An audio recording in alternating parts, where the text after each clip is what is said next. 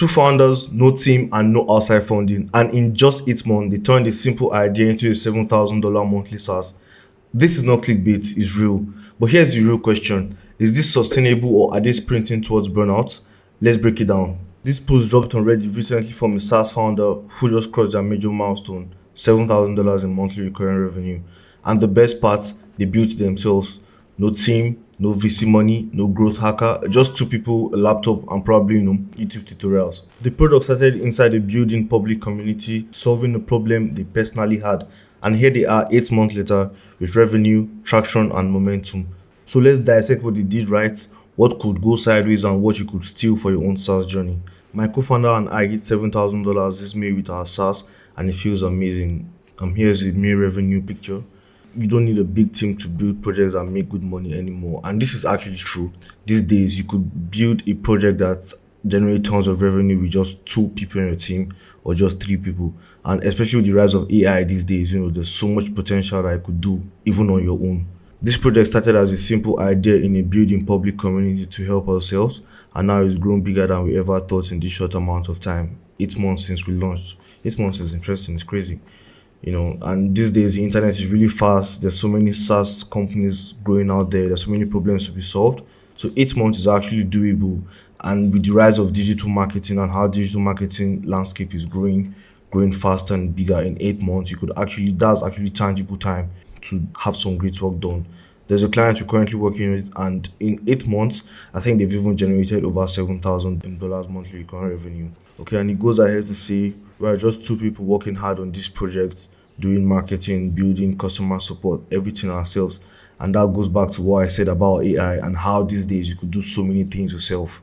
You could work admin alone, you could work marketing yourself, you could also do client outreach your own self, especially when you work with AI, when you have a system that works for you.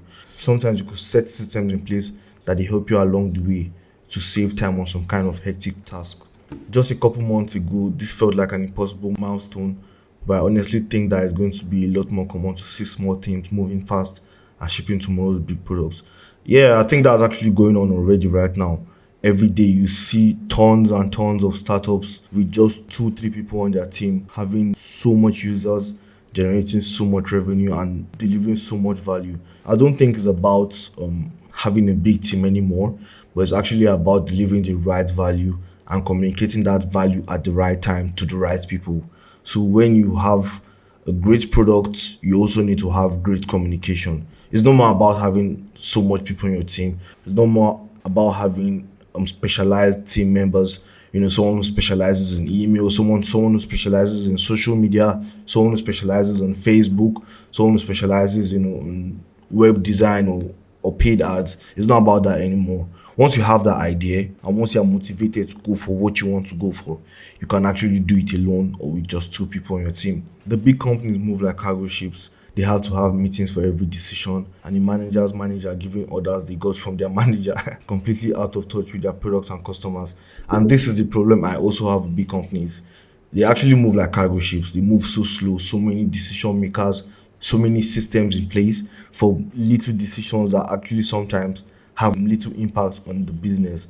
So big companies actually waste time. Even my experience in being a customer for big companies, when you reach out to their customer support, some kind of urgent things, they just tend to leave you for like 2 3 working days.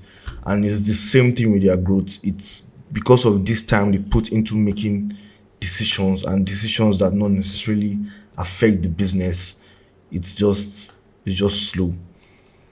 We just talk directly with our customers, listen to their problems, and build the features they need in a couple of days. This is exactly what I'm saying. Have a great product and also have even better communication. Talk directly with your customers, listen to them, always ask them for feedback, and you make sure you implement this feedback they give you. You ask them, what would they like to see, or what do they use the most. Use their voice to build your product. So you basically build your product on their voice and their interests, on their needs. This is the time to be a small bootstrap team, and I'm very happy to be a scrappy founder in just this moment in time. Just wanted to share this win and my thoughts with everyone else on this journey. Here's our projects we built to help ourselves and other founders validate problems and ideas. So I'm going to link this in the description so you could check out the product that they built. Okay, so just to summarize everything the post said or whatever the founder made in that post, here are three lessons you could take away from that post. First, you could begin with solving your own problem. That's like a cheat code. Once you find the problem that you face, there's a high possibility that there's someone else out there, or there are many other people facing that same problem with you. So if you solve your own problem, you might just be solving someone else's problem, and they could be very interested in paying you money for that. You don't need endless customer interviews when you are the customer. The features feel so obvious and the messaging even writes itself. Secondly, the launch in public. That's the key. You are not just building a product anymore. You're building a product, a community, and an audience at the same time. Every update, every bug fix, every tiny win, turn that into content. That helps build trust, visibility, and a group of early adopters who are cheering you on. Third, they stayed lean and fast. Just like we said about the big companies, they move like cargo ships. You don't want to move like that. You want to move like a speedboat. So you need to stay lean and you also need to move fast. Ask for feedback immediately and also iterate this feedback immediately. So when you move like that, you don't have tons of meetings, you don't have managers, you're just listening and iterating. And honestly, that's what's making these startups these days grow fast. So here's what I want to know from you. Do you think this was a win or a warning sign? Drop your thoughts in the comments. And if you got value from this breakdown, hit that like button so YouTube knows I'm not just, bluffing. And subscribe for more real stories from SaaS founders about their wins, losses, and the unfiltered truth of actually being a SaaS founder in 2025. Thank you for watching this video and see you in the next one.